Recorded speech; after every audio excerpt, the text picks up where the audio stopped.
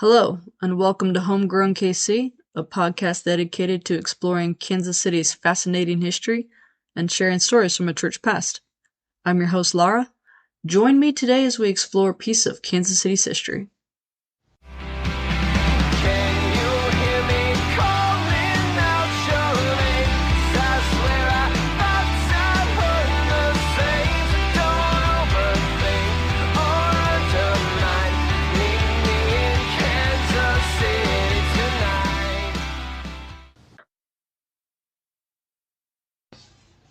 Hey y'all.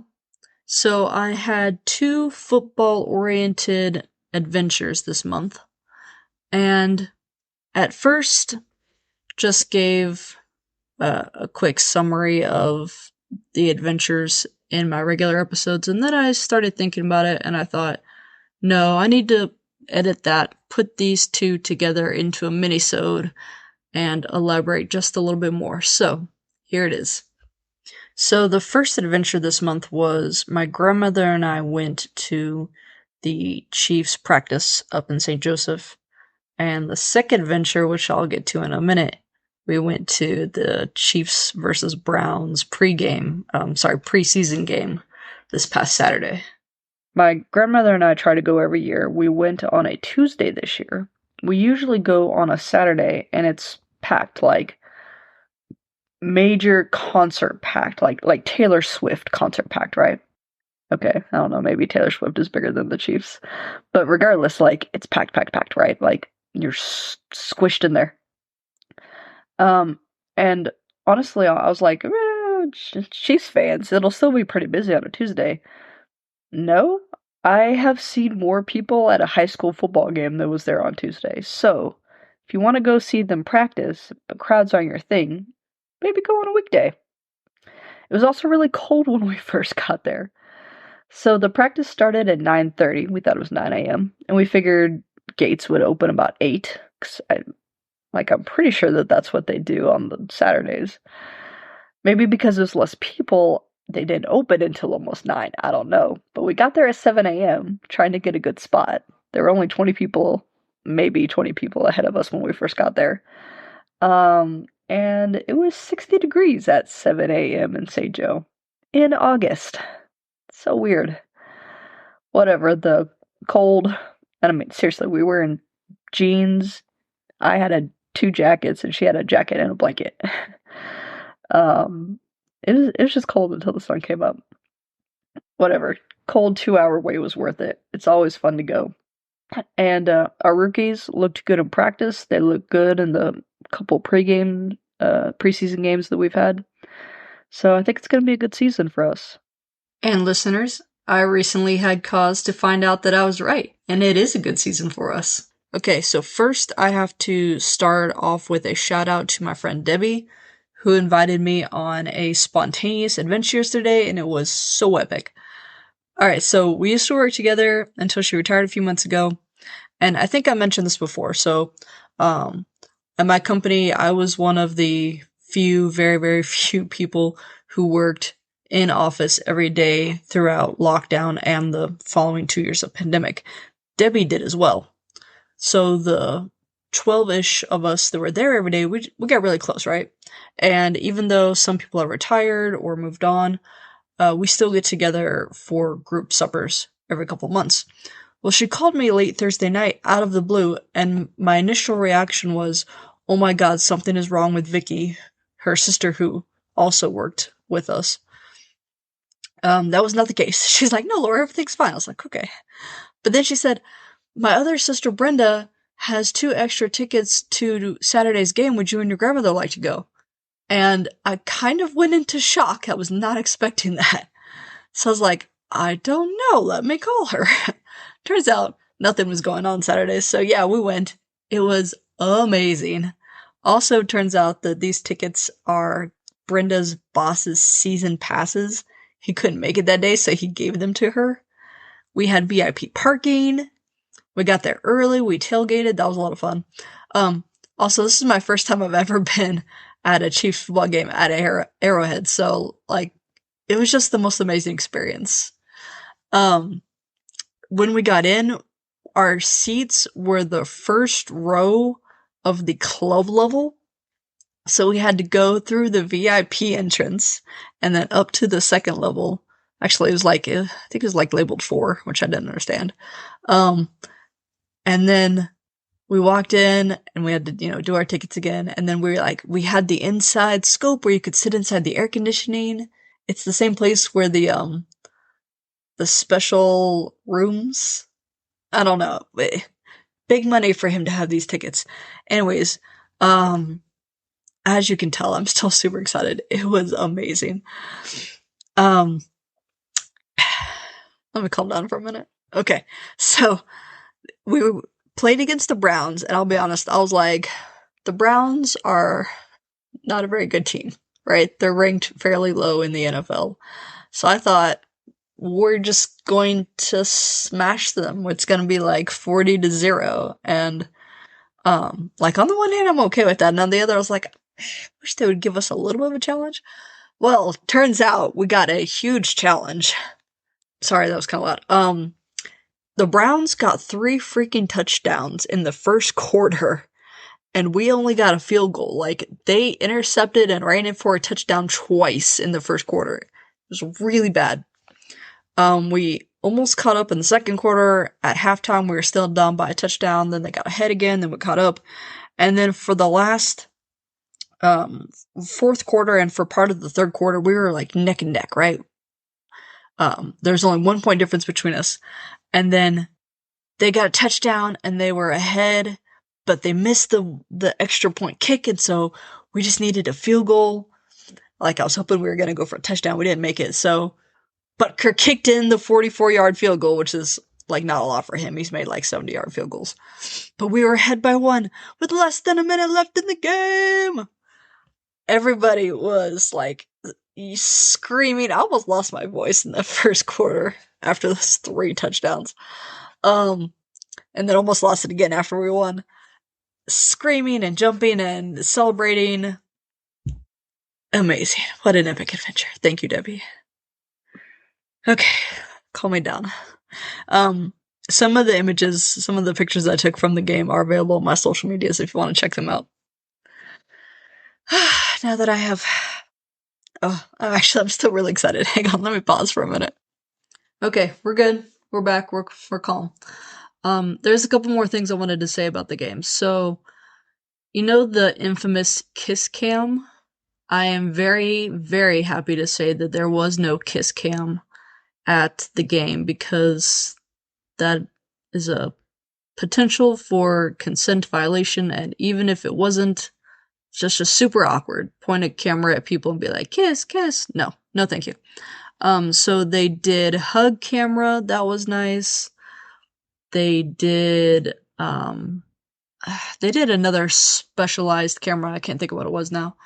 Like high five or something. And then my favorite was actually they did air guitar camera, which was fun and funny because a lot of y'all apparently don't know how to play air guitar, and I don't know what you were doing. You did not look right. Some of you had really good form and you were really getting into it. Also, so this is just a heads up. Hopefully this doesn't happen to you. If you ever sit on the club level, the half a wall in front of you, if you're in the very front like we were, there's then the black ledge in front of that. There's actually a gap between those two. So if you set something on the wall, be very careful you don't then knock it in between the gap. Like my grandmother knocked her phone and it fell all the way down to the next level. Thankfully, she had a good case on it. Phone did not break. But I heard thunk, and I looked, and the phone was gone, and I looked over the rail, and the phone was on the ground. So I literally ran all the way down, and was like, okay, which number is it? The numbers are different. And managed to find it. Somebody had picked it up, and she had yelled down at them, hey, my granddaughter's coming, as I was running away. So that was fun.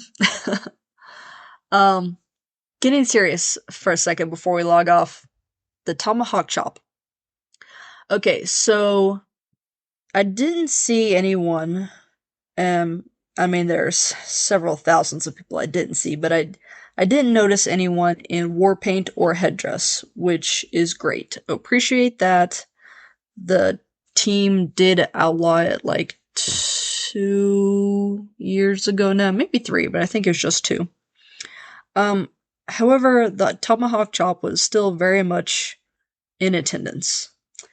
And I know I've talked about this before. White folks, apparently we're fine with it, but a lot of our fellow citizens, Native Americans, find it very offensive because they feel that it mocks their culture. So I started looking around on Google. I've actually got it up now here.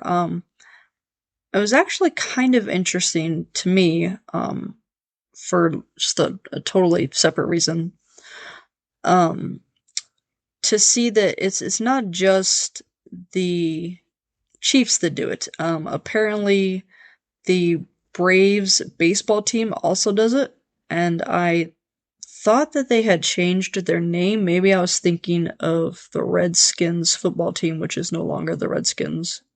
Let me pull this up real quick and let's see here. Says it's also used by the Florida State, and it doesn't say what sport, but I'm assuming football team. Oh, interesting. Also, the English Exeter's rugby team. But Atlanta Braves and Kansas City Chiefs football are the first ones listed. Apparently, it says it's also been used at the high school level. Let's see here. Sorry, I should have read through some of this more before I actually got on here to record. I was gonna see if it said anything about, like, origins.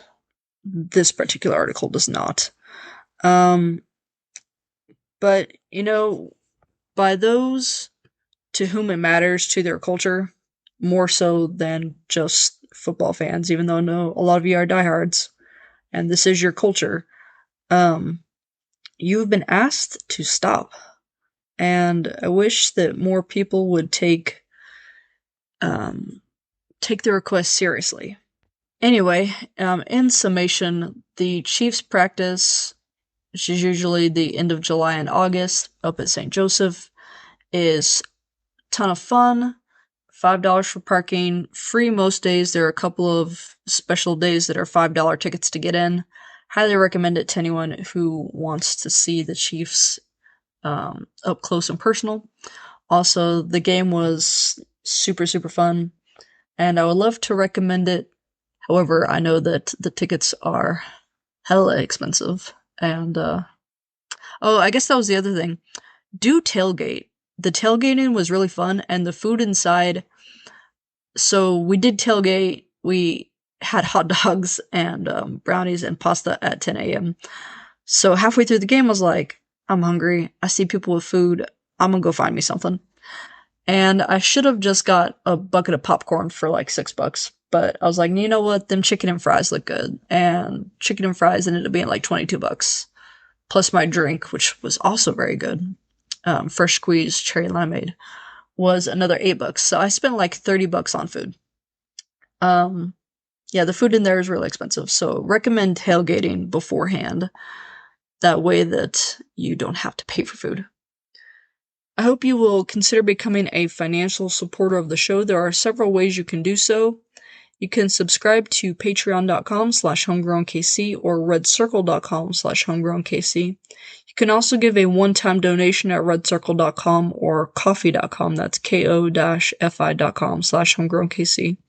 You can give as little or as much as you want, even as little as $1 a month. Once you sign up and subscribe to the show, you will be charged on that day and then on the first of every following month. If you become a patron supporter, you get 3 things: an item from the merchandise store valued at $5 or less, a shout out on every episode and social media post. Thank you, Joan, for your continued support.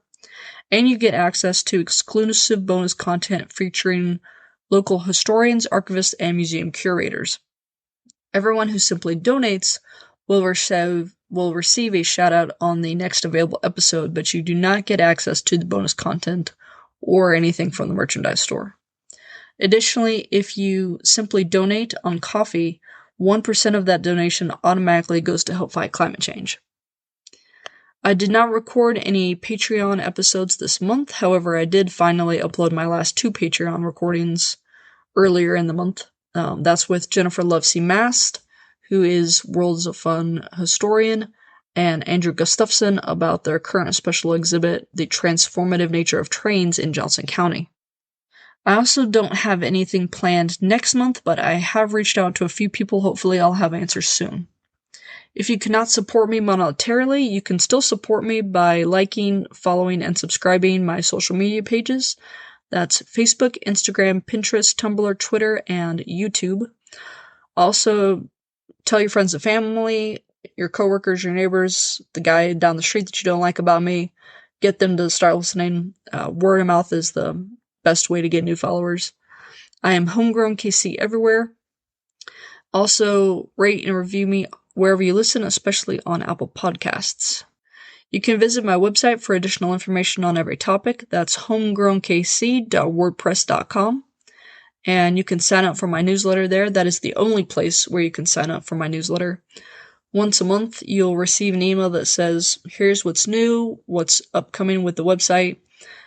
It's just a good way, with the podcast, not the website. It's a good way to stay up to date. And I think in the future, I would really like to do some giveaways through the newsletter. If you have any questions, comments, concerns, or episode suggestions, you can email me at homegrownkcpodcast@gmail.com or DM me on any of my social media networks. If you want to check out what merchandise I have available, go to www.zazzle.com.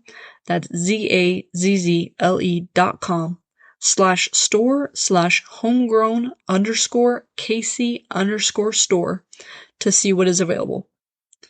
Thank you goes out to my talented sister-in-law, Sarah McCombs, for the creation of my logo, to the Dear Misses for the use of their song Kansas City as the intro and outro music of every episode, and to local libraries which enable me to gather all my research. And thank you for listening. A final special thank you to my friend Debbie, her sister Brenda, and Brenda's boss for an epic adventure last Saturday. Cheers!